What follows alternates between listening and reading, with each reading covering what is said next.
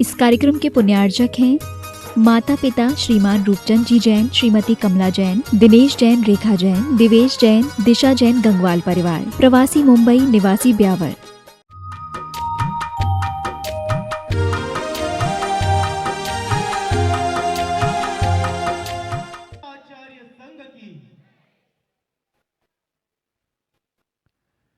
बात समाधि तंत्र की है और प्रतिदिन एक बार नहीं, 2 बार नहीं, अनेकों बार आप लोग भी यही भावना भाते हैं कि दुख कहो, कम मत कहो, बोही लाओ, सुडई गमनम, समाहि मरणम, जिन गुण संपत्ति हो मज्जम।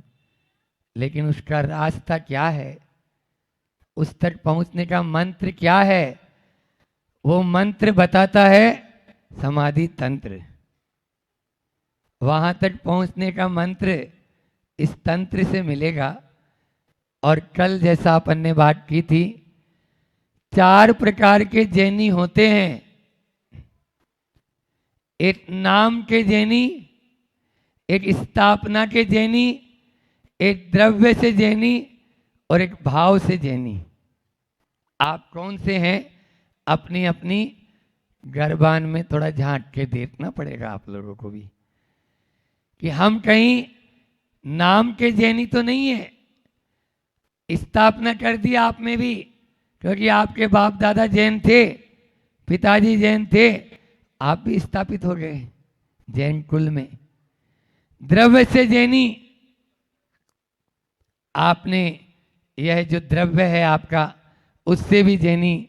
लेकिन भाव से जैनी बहुत ही कम, बिरले लोग होते हैं जो भाव के माध्यम से उस जैन कुल को अंगीकार करके आगे बढ़ रहे हैं। यदि मात्र नाम स्थापना ही रहेगा तो द्रव्य भाव का क्या होगा, उसका भी आपको ख्याल रखना है।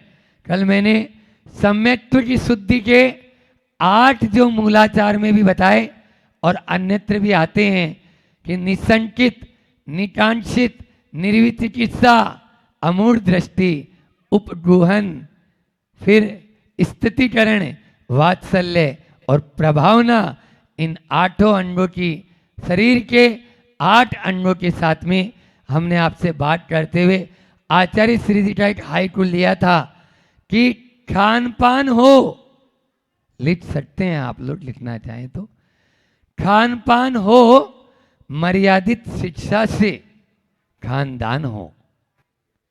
खानदान को सुरक्षित रखना चाहते हो तो आपको पहले खान पान सुरक्षित रखना होगा। यदि खान पान मर्यादित नहीं तो खानदान भी मर्यादित हीन हो जाएगा, और हो रहा है। मर्यादा कहो, सीमा कहो, स्वरूप कहो, इनके अभाव में अस्तित्व का ही खतरा हो जाएगा।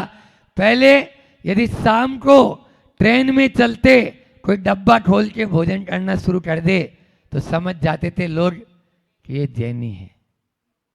और अब आप लोग अपने निमंत्रण कार्ड में खुद लिखते हैं शाम का 6 बजे से आपके आगमन तक।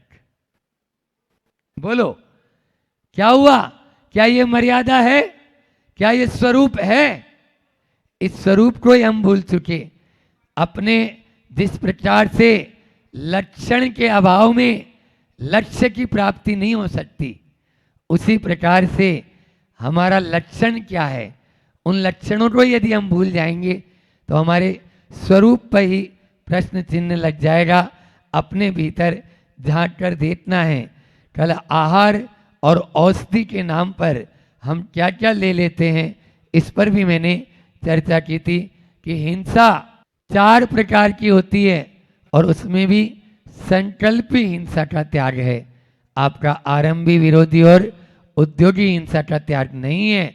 लेकिन आप आरंभी, उद्योगी और हिंसा जो है विरोधी हिंसा में भी कितनी हिंसा करते हैं, ये आप पर निर्भर करता है। पहले अपन आचार्य पूज्यपाद स्वामी के चरणों में चलकर जो रागादि हमारे राग और द्वेष का क्षय का कारण बता रहे हैं। क्यों हम जल्दी से इस जीव के चक्कर में आ जाते हैं। थोड़ी सी है ये 2 इंची की, उतरी घाटी और हुई माटी। लेकिन उस घाटी के उतरने के पहले क्या क्या कर जाते हैं कमाल, ये यहाँ पर जीतने के लिए मंत्र बता रहे हैं। पहले कारिका नंबर 25।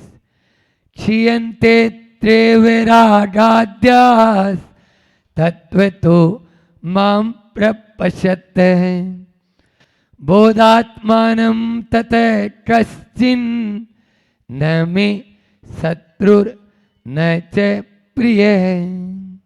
बहुत अच्छा, मेरे कोई शत्रु न हो, मेरे कोई मित्र न हो, ऐसी भावना यदि रखना है तो उसके लिए अपन को आत्मानुभूति के साथ जो है किस प्रकार की अपनी धारणा बनानी चाहिए।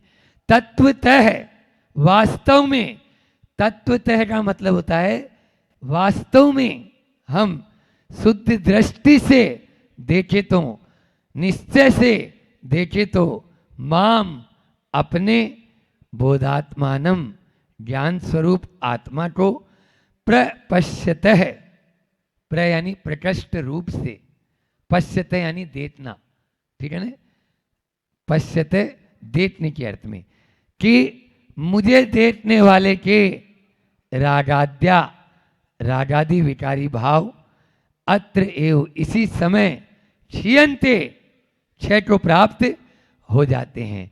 जो शुद्ध आत्म तत्व की ओर दृष्टि रखता है उसके रागादि भाव रहते हैं क्या? नहीं रहेंगे। वह केवल अपने में लीन रहता है, और जब रागादि भाव नहीं रहेंगे तो फिर उसका कोई शत्रु भी नहीं होगा और कोई मित्र भी नहीं होगा। लेकिन यह तभी होगा जब तत्व दृष्टि की ओर ध्यान रखेंगे। कल मैंने बताया था कि सम्यक्त्व जो है उसकी ओर हमारा ध्यान, हमारी श्रद्धा जीव तत्व की ओर ही पहले हम मजबूत बन जाएं। बस एक तत्व को अपन पकड़ लेंगे, बाकी जो है अपना आप ही पकड़ में आपको आ जाएंगे। लेकिन उस जीव तत्व कहाँ कहाँ है और उसको हम कैसे बचा सकते हैं, ये भाव अपने मन में लाना होगा। द्रव्य और भाव 2 प्रकार की हिंसा होती है। मान लीजिए आपने द्रव्य से हिंसा नहीं की लेकिन भावों से हिंसा कर दी, तो आप क्या कहलाएंगे?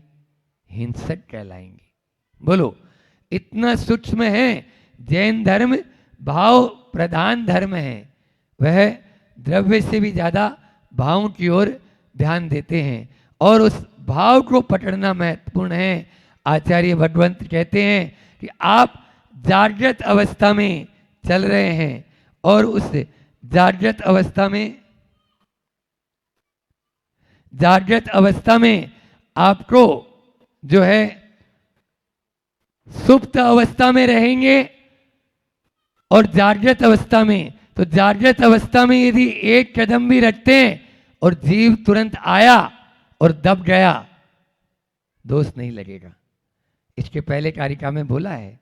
लेकिन सुप्त अवस्था में यदि आप चल रहे हैं और उस प्रमाद की अवस्था में इधर उधर झांक रहे हैं, मुंह फाड़ रहे हैं, बात करते हुए चल रहे हैं, जीव नहीं भी मरा तो भी आप क्या कहलाएंगे? दोषी कहलाएंगे। यही भाव हिंसा का, इसी को प्रमाद का उदाहरण दिया।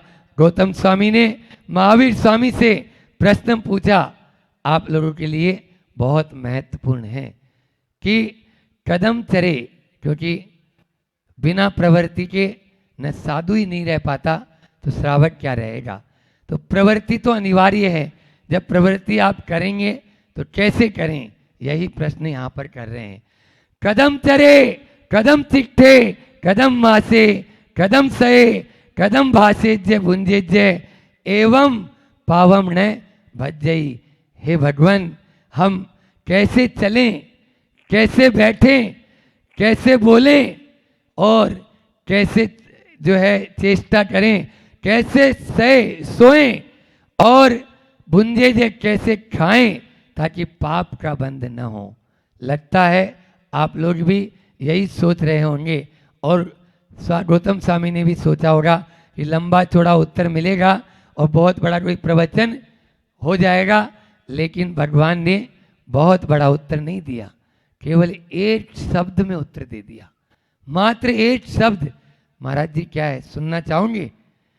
कदम शब्द है, बस उस कदम के क को हटा के जय कर दिया। जदम चरे जदम चिट्ठे जदम मासे जदम सहे जदम भाषे जय भुंजे जय एवं पावन न बज्जई। यदि हे गौतम पाप से बचना चाहता है तो यत्नाचार पूर्वक चलो, यत्नाचार पूर्वक बैठो, यत्नाचार पूर्वक बोलो, यत्नाचार पूर्वक सो, यत्नाचार पूर्वक खाओ, तभी आप पाप से बच सकते हो। बस यत्न, 2.5 अक्षर का शब्द है यत्न। जैसे प्रेम शब्द 2.5 अक्षर का है, ऐसे ही यत्न शब्द, लेकिन इस 2.5 अक्षर के यत्न शब्द में पूरा जैनाचार छिपा हुआ है, पूरा जैनाचार। आप कोई भी आचार, चाहे वो अणुव्रति का हो और चाहे महाव्रति का हो, बस यत्नाचार पूर्वक चलना होगा, तब ही कहते हैं वहां पर भगवान कि तू जो भी करे होश और हवास से कर। होश और हवास से करेंगे तो आप पाप से बच पाएंगे, और होश और हवास से नहीं करेंगे तो पाप से 3 काल में नहीं बच पाएंगे। पाप से बचना हमारा मुख्य लक्ष्य है, और पाप ही हमें नरक गति या अधोगति का पात्र बनाता है। इसीलिए लेकिन हम क्या करते हैं, ऊपर ऊपर से तो धर्म कर लेते हैं, जिसको दिखावटी का धर्म कहते हैं, भीतर का धर्म कर ही नहीं पाते। क्या आपने, कल मैंने कहा था, क्या आपने कभी सोचा कि जिन जिन वस्तुओं का हम अपने दैनिक चर्या में इस्तेमाल करते हैं वो कैसे बनती है, कैसे आई है, किस प्रकार से उनका उत्पादन हुआ है? बोलो, कभी भी 3 काल में मांसाहारी वस्तुओं का उपयोग करके हम केवल मात्र अहिंसा परमो धर्म की जय बोलने से काम नहीं चलेगा। आचार्य उमा स्वामी महाराज ने कहा, परस्परोपर रहो जीवा नाम। क्या कहा?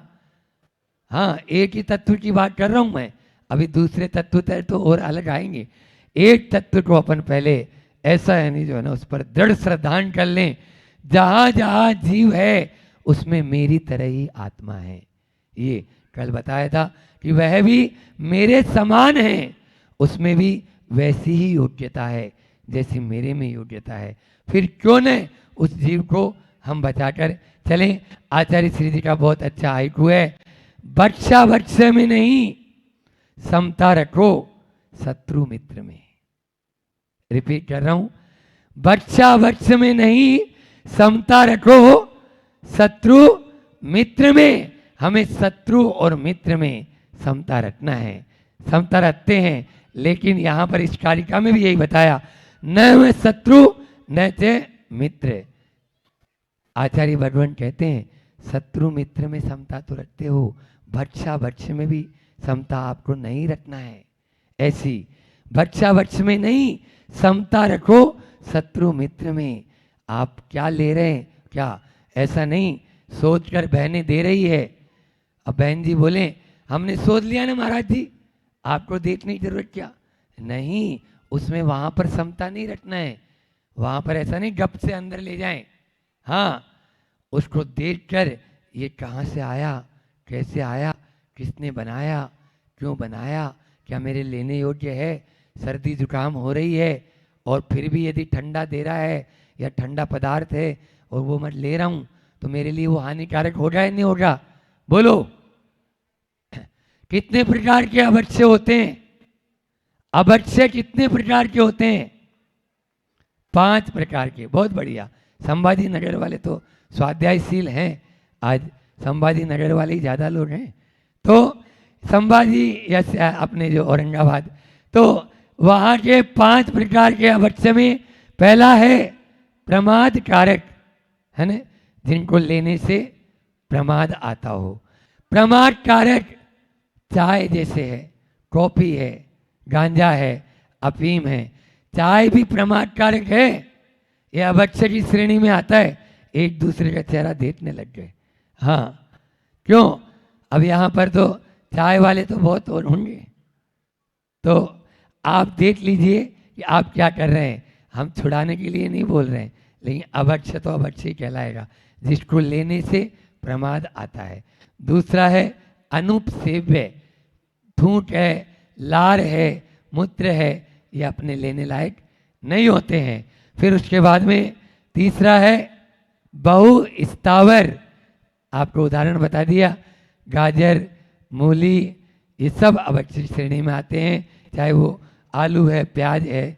और फिर चौथा है त्रसघात, जिसमें त्रसों का घात हो, वह भी लेने लायक नहीं, अभक्ष्य है।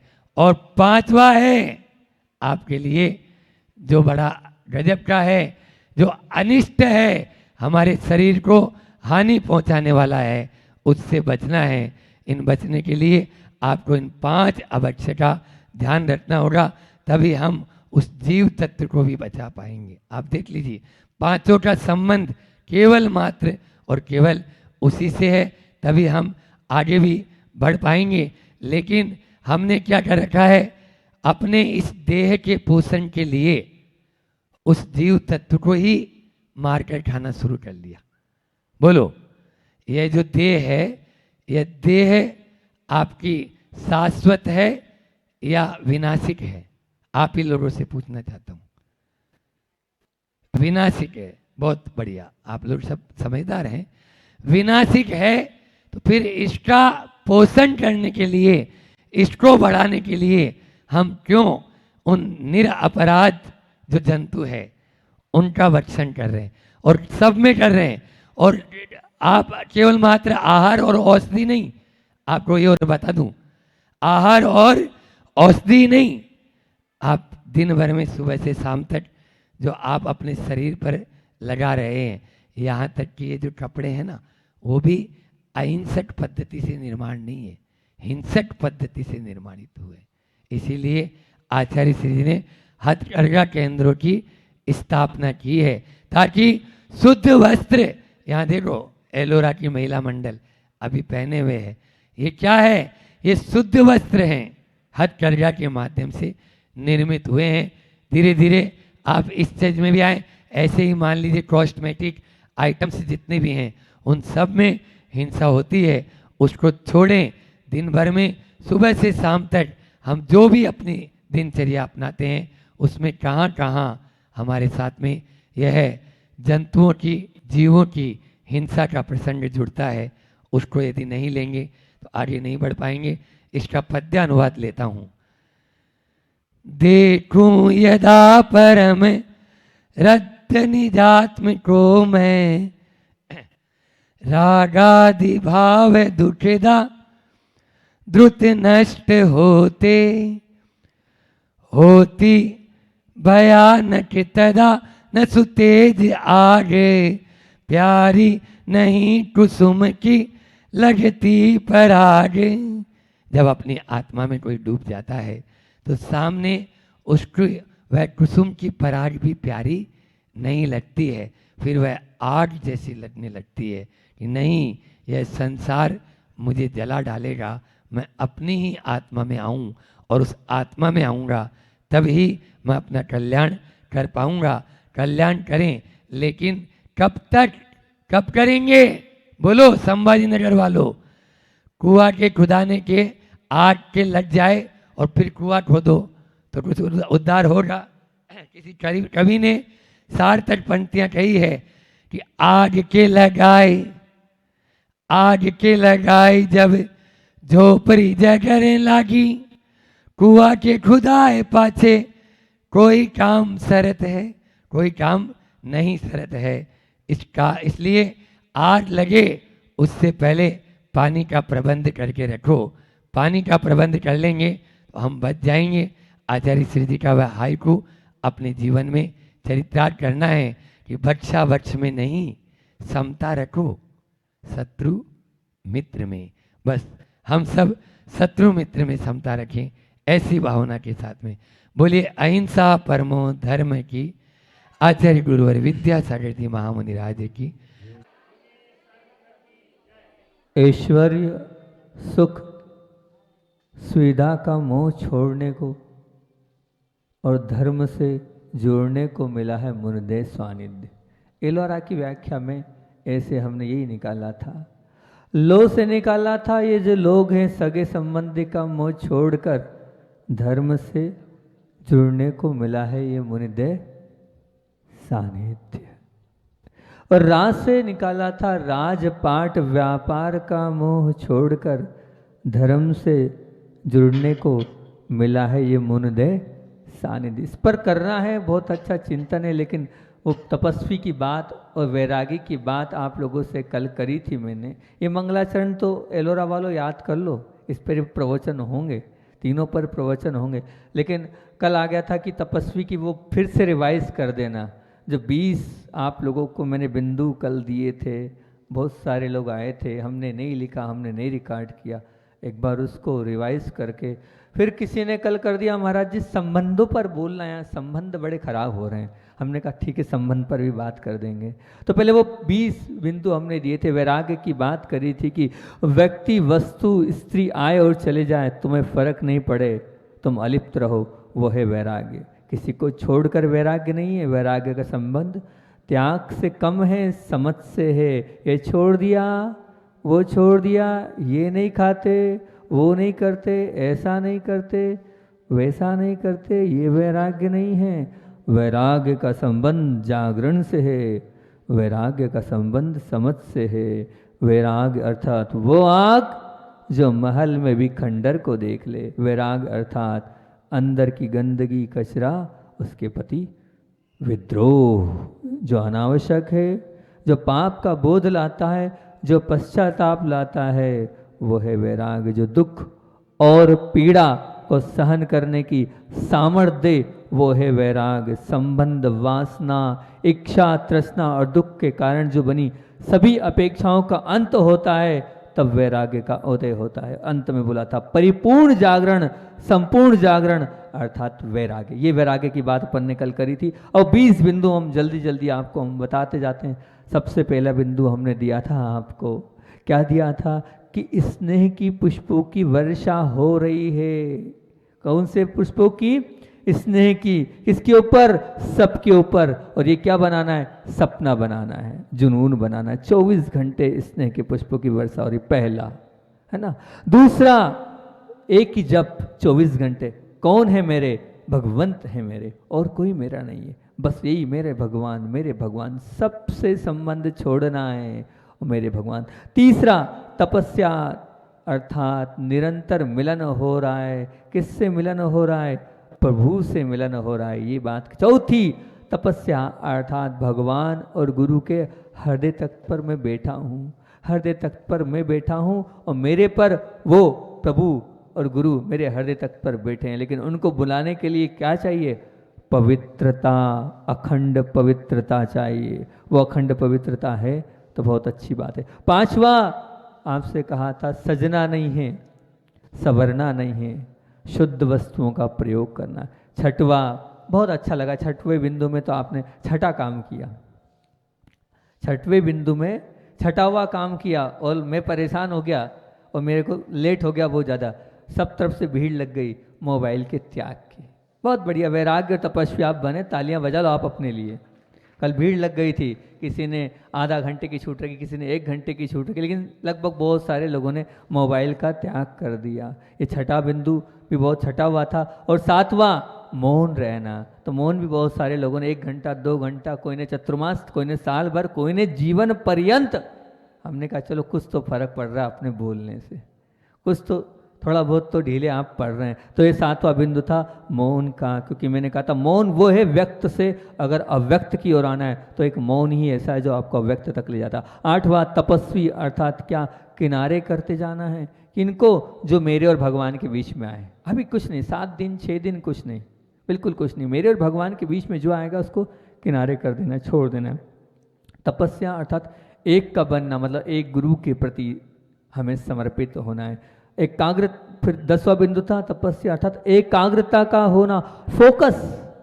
बस चल रहा हूं तो मैं चल रहा हूं, देख के चल रहा हूं, खा रहा हूं तो देख के खा रहा हूं, पूजन कर रहा हूं तो देख के पूजन कर रहा हूं, बिल्कुल उसमें लग जाना, लग के तन्मयता से काम करना। ये बात 10वीं 11वीं एक रस स्थिति, अर्थात जो मिलेगा वो ले लूंगा, बिस्तर मिल जाए, तकिया मिल जाए, नहीं मिल जाए, चटाई मिल जाए, आगे जगह पीछे जगह, जो होगा वो स्वीकार है, एक रस स्थिति।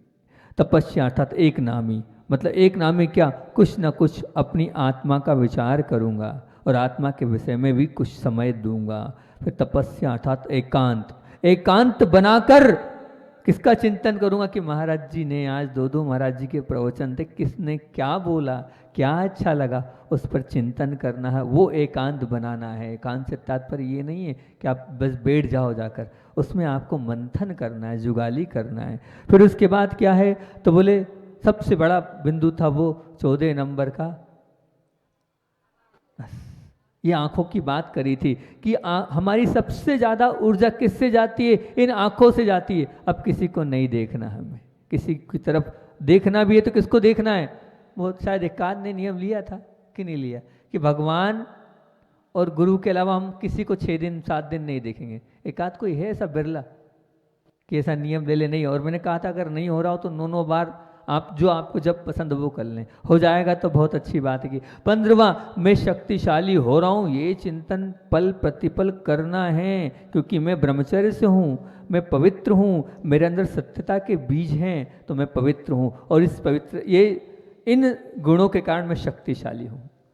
फिर 16वां था क्या, 16वें तीर्थंकर के नाम से बताया था आपको, क्या, यह पहनूं ये खाऊं, इस नशे को हमें दरकिरार करना है। कोई खान जो आ रहा है सो ठीक, बिना नमक का बिना मीठे का लेना है, शिकायत का कोई काम नहीं। बस ये 16 17वां था, कैसी भी परिस्थिति हो हर समय एक ही भावना प्रेषित करना, कौन सी, हाँ, शुभ भावना प्रेषित करना है, सबके प्रति शुभ भावनाओं को देते जाना है। 18वां था एव रेडी, तैयार हूं मैं, काय के लिए तैयार हूं, आज ही आ जाए मरण तो स्वीकार कर लूंगा, गले लगा लूंगा। 19वां दिया था रात को सोना है और सोते समय क्या देखना है, अपनी स्वयं की गलतियों को निहारना है। और 20वां दिया था उठना है और ये जो 20 बिंदु है इस पर चिंतन करना है कि मुझे आज सबका भला करना है, सबका अच्छा करना है। ये 20 बिंदु आप लोगों के लिए दिए थे। और अभी बात तो एलोरा की करना थे, लेकिन अभी बात चल रही है कि संबंधों की मधुरता पर अपने को चर्चा करना है। ठीक, बहुत अच्छी बात है। अगर आप चाहते हो कि संबंधों पर बात करना है तो सब बैठ जाओ। बैठ जाओ से मतलब मन से बैठ जाओ। एक बहुत पावरफुल तरीका बता रहा हूँ, जब कोई काम करना है आपको, कोई भी कार्य करना हो, तो पहला थोड़ा सा विश्राम अगर आप करोगे तो उस कार्य में आप सफल होते चले जाओगे। विश्राम लो, विश्राम चाहे पढ़ना हो, चाहे खाना हो, चाहे भोजन बनाना हो, कोई भी काम करना हो, थोड़ा रुको, थोड़ा विश्राम लो। और विश्राम लेने के बाद अगर आप काम करोगे ना तो बड़ी एकाग्रता होगी और वो काम पर फोकस होगा। एक साथ लगातार हम लगते चले जाते हैं, करते चले जाते हैं, काम होता चला जाता है, लेकिन वो जो जैसा काम होना चाहिए वैसा काम नहीं हो पाता है। 5 पूजन कर ली, 7 पूजन कर ली, अरे 7 पूजन तो कर ली, एक का भी अर्थ आया है, एक कभी भाव गवेषणा हुई, अरे एक कर लो, कोई बाधा नहीं, एक ही भक्ति कर लो, कोई विनय पार्टी कर लो, पर कम से कम वो जो लिखा है वो तो होना चाहिए। तो फोकस होके करेंगे तो बहुत अच्छी बात हैगी। तो एक थोड़ा सा एक आपके सामने एक तरीका दे रहा हूँ मैं, संबंधों की मधुरता की बात। अभी एक भैया अंकुर भैया नहीं बैठे, जिनकी भावना थी वो तो दिख ही नहीं रहे हमें, कोई बात नहीं। तो आंखें बंद और रीढ़ को सीधा करेंगे, आंखों को बंद करेंगे और रीढ़ को सीधा करेंगे, और जैसे जैसे मैं बोलते जा रहा हूँ वैसे आपको विजुलाइज करना है। थोड़ा आंखों को बंद, रीढ़ को सीधा करेंगे और मैं जैसा कह रहा हूँ चिंतन करना, मैं शक्तिशाली आत्मा हूँ। आपको बोलना नहीं है, मन ही मन में उसको जो मैं बोल रहा हूँ उसको विजुलाइज करना है। मैं शक्तिशाली आत्मा हूँ, मैं सदा खुश रहने वाली आत्मा हूँ, मैं शांत स्वरूप आत्मा हूँ, शांति मेरा संस्कार है, शांति मेरा स्वभाव है। कोई अगर कुछ कहता भी है तो मैं बुरा नहीं मानता हूँ। शांत और स्थिर रहने का पावर मेरे अंदर है। अब आप अपने आप को देखो, अपने आप को परखो। मैं घर में थी, मैं स्कूल में था, मैं ऑफिस में था, मैं दुकान पर था, कहीं किसी ने मेरे साथ ठीक व्यवहार नहीं किया। याद करो, आप चिंतन करो अपनी सासू को, अपनी बहू को, अपने बेटे को, या जिससे आपका मन में द्वेष हुआ है उसका चिंतन करो। अपने आप को लाओ, फिल्म तैयार करो, किससे आपका द्वेष है, किससे आपकी बनती नहीं है, किससे आपको बुरा लगता है, किससे आप और आपका और उसका मन नहीं मिलता है। उस व्यक्तित्व के चेहरे को सामने लेके आओ, आंख बंद करके उसको सामने लाओ, देखो, उसको देखने का प्रयास करो उस व्यक्तित्व को। हर व्यक्ति के पास कोई ना कोई ऐसा शख्स तो होगा जिससे उसके मन में खेद खिन्नता होती होगी, मूड खराब हो जाता होगा। तो ये आपने उसका चेहरा लिया है और सामने रखना उस चेहरे को अपनी आंखों के सामने, मन के पास, और विचार करना ये उनका मूड था, पर मुझे तो उन पर रहम करना है और अपने पर भी करना है और उन पर भी करना है, और अब मुझे उनसे कोई द्वेष नहीं करना है। Full stop. अब मैं उनकी बातों को बुरा नहीं मानूंगी। मन से और बुद्धि से जिससे मेरा द्वेष भाव है उसको मैं साफ कर रही हूँ, निकाल रहा हूँ, सब भूल रहा हूँ। जो हो गया है उसको निकालने का प्रयास कर रहा हूँ, क्योंकि मैं सहनशील आत्मा हूँ और जो सहता है वही सचता है, और मुझे सजना है और ऊपर उठना है। मैं शक्तिशाली आत्मा हूँ, मैं सदा खुश रहने वाली आत्मा हूँ। जिससे भी मेरा द्वेष हुआ है, चाहे बहू हो, चाहे बेटा हो, चाहे व्यापारी हो, चाहे जो हो, आजू वाला बाजू वाला, उससे मैं मन से, वचन से, काय से क्षमा करके इस देश की गांठ को खोलता हूँ और बारंबार मैं क्षमा मांगता हूँ, बारंबार मैं क्षमा मांगती हूँ। कोई द्वेष नहीं, कोई बैर नहीं। अगर मैंने बैर रखा तो मैं मिथ्या दृष्टि हो जाऊंगी, अनंत अनुबंधी का बंध मेरे साथ लग जाएगा, अनंत संसार हो जाएगा। मैं सम्यक दृष्टि जीव हूँ, मुझे किसी का बुरा नहीं लगा है और ना मुझे किसी का बुरा मानना है। मैं तो उत्कृष्ट आत्मा हूँ, बस क्षमा करती हूँ, क्षमा मांगती हूँ।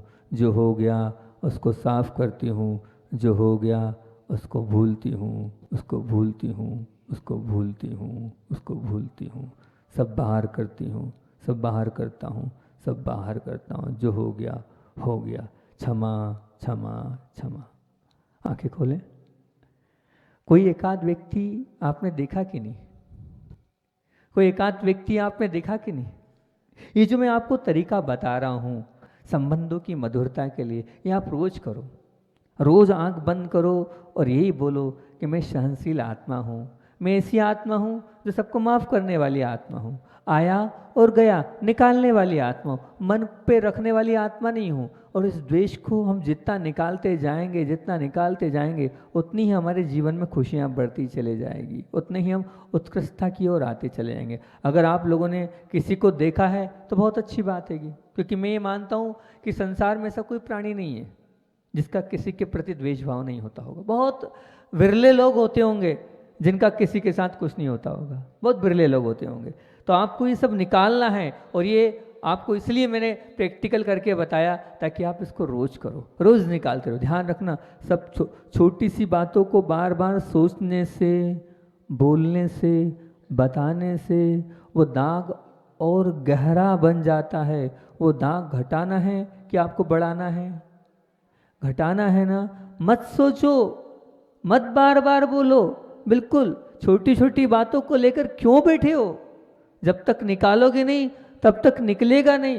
ध्यान रखना, एक वो छोटा सा बच्चा है, उस पर हमारा ध्यान क्यों आकर्षित होता है? वो छोटा सा बालक है, लेकिन उसको देखने की इच्छा होती है, उसको बार बार हम इस प्रकार से देखते हैं। वो किस प्रकार से? वासना की दृष्टि से उस बालक को नहीं देखते हैं, वासना की दृष्टि से नहीं देखते, एक प्रेम वात्सल्य स्नेह की दृष्टि से देखते हैं उस बालक को। आखिर क्या उस बालक के अंदर है? एक प्रेम झलकता है, एक उसको देख के अंदर से उत्साह आ जाता है। क्यों?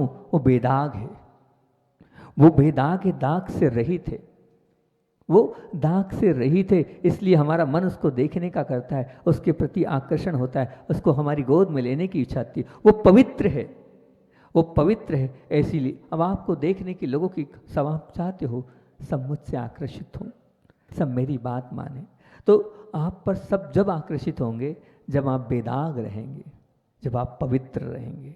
अगर आपके अंदर पवित्रता नहीं है तो कोई भी आपको पसंद नहीं करेगा। आपके अंदर अगर दाग भरा हुआ है तो कौन दाग को पसंद करेगा? कर सकता है क्या? नहीं कर सकता। जैसे जैसे वो बालक बड़ा होता है वैसे वैसे उस बालक का आकर्षण खत्म होता चला जाता है। क्या कारण है? क्या कारण है?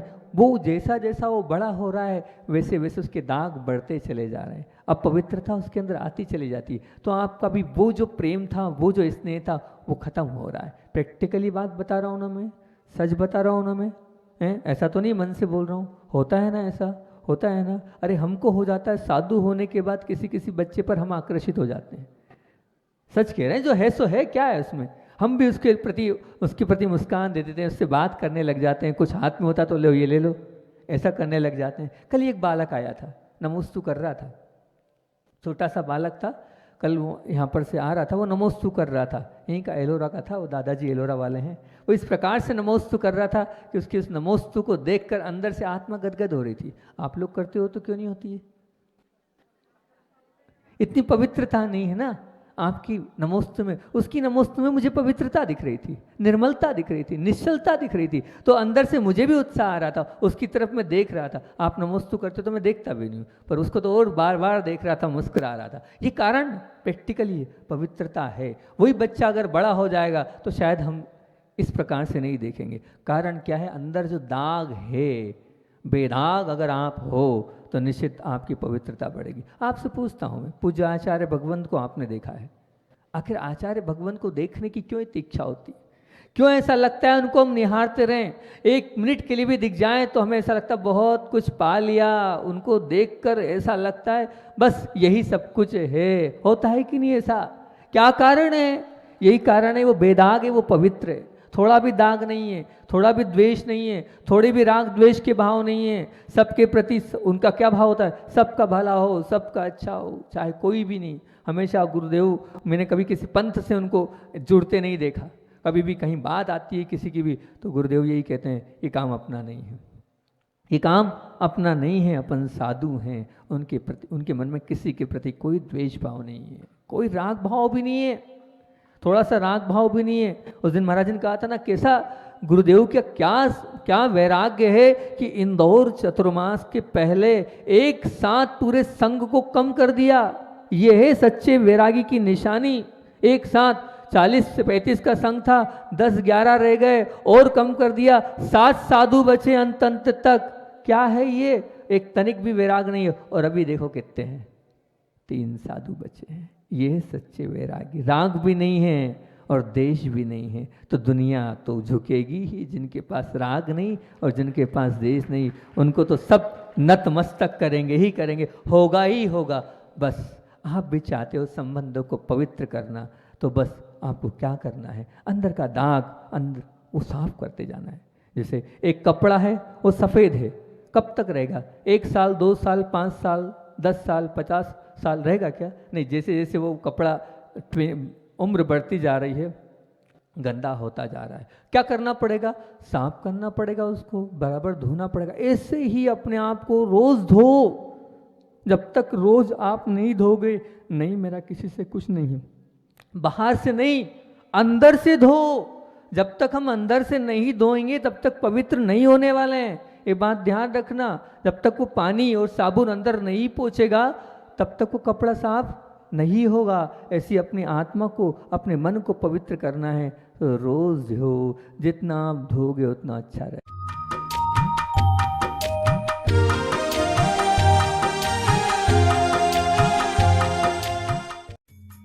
इस कार्यक्रम के पुण्यार्चक थे माता पिता श्रीमान रूपचंद जी जैन, श्रीमती कमला जैन, दिनेश जैन, रेखा जैन, दिवेश जैन, दिशा जैन, गंगवाल परिवार।